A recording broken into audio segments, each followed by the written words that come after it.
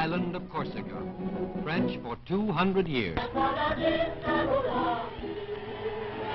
Today, the banner of France waves again over its shores. The banner of fighting France.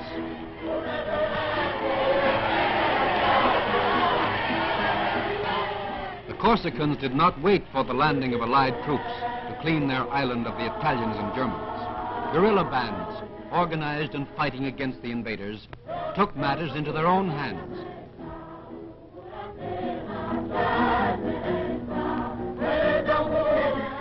Five days later, when French troops under Allied command reached the shores of Corsica, they found the invaders in retreat and the Corsican patriots on the way to victory.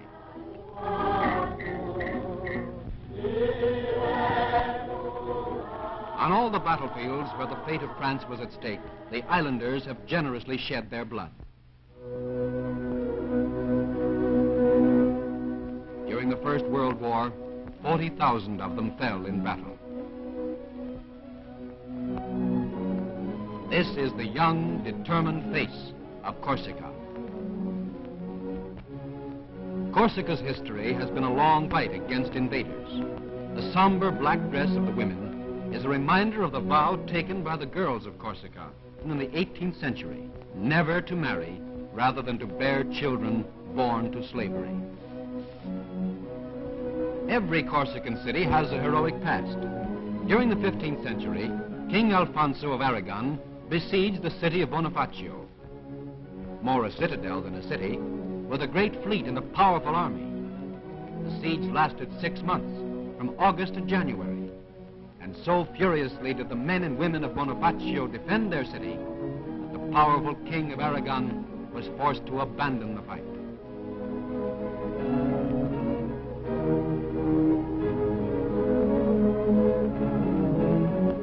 Calvi, another great seaport, can best be reached from Bonifacio by sea and is a much more modern city.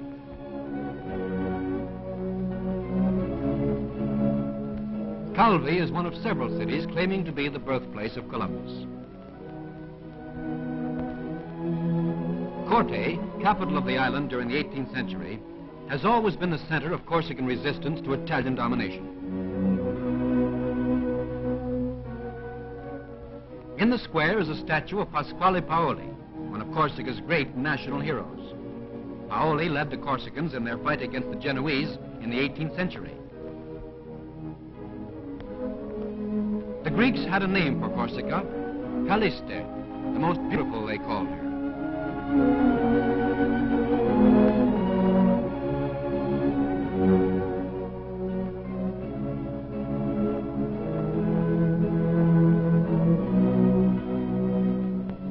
Every town has its village square, and every square has its politicians. It was here the resistance movement grew and took shape.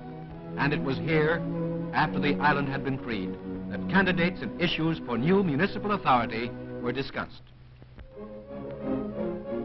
Corsica is a very old country. As in ancient Greece, so in Corsica today, the women still go to the village well to fetch their water.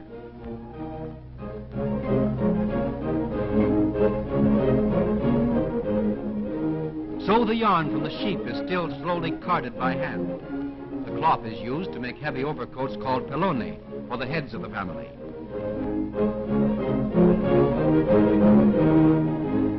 So the bread is still baked by each individual family in the great outdoor ovens made of ancient stone.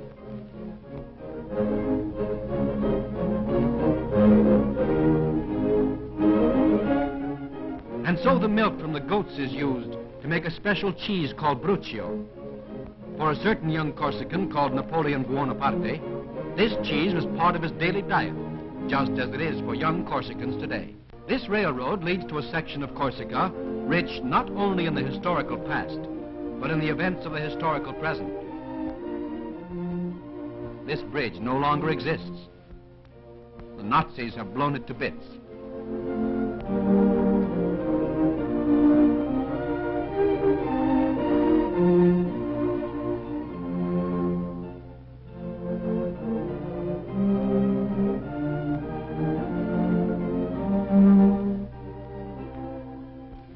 The city of Sartène was the scene of some of the bloodiest battles of last September.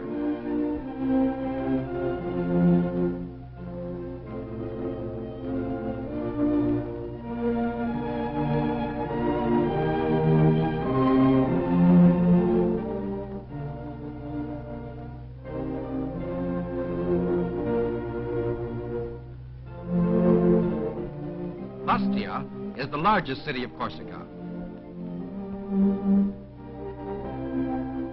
It was the last to be liberated from the Nazis.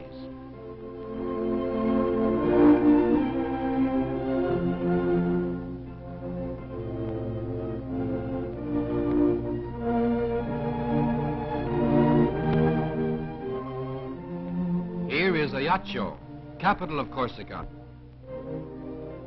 birthplace of Napoleon.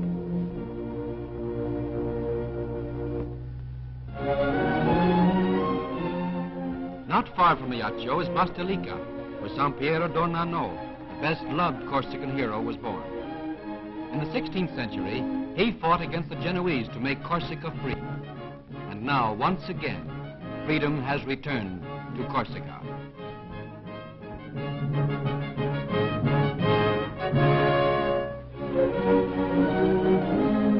And as before, in times of peace, men stand around and argue in the village square. Families gather around the fireplace at night.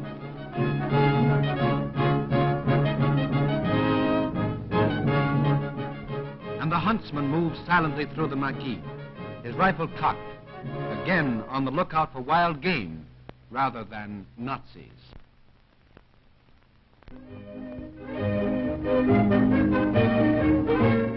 And now the island is free again.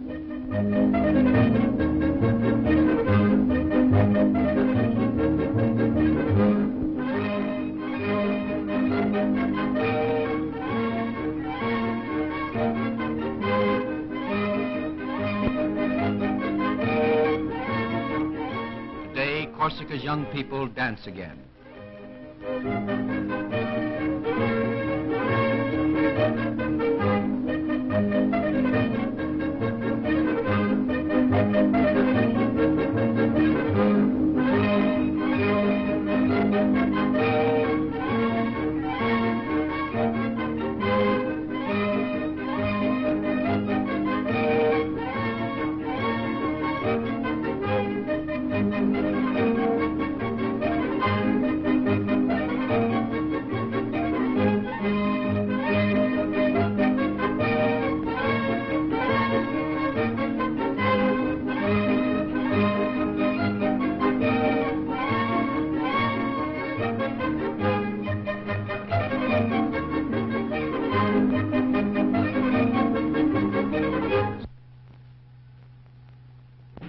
For the soldiers who patrol the highway are French, and the soldiers who stand guard against the enemy bear the cross of Lorraine.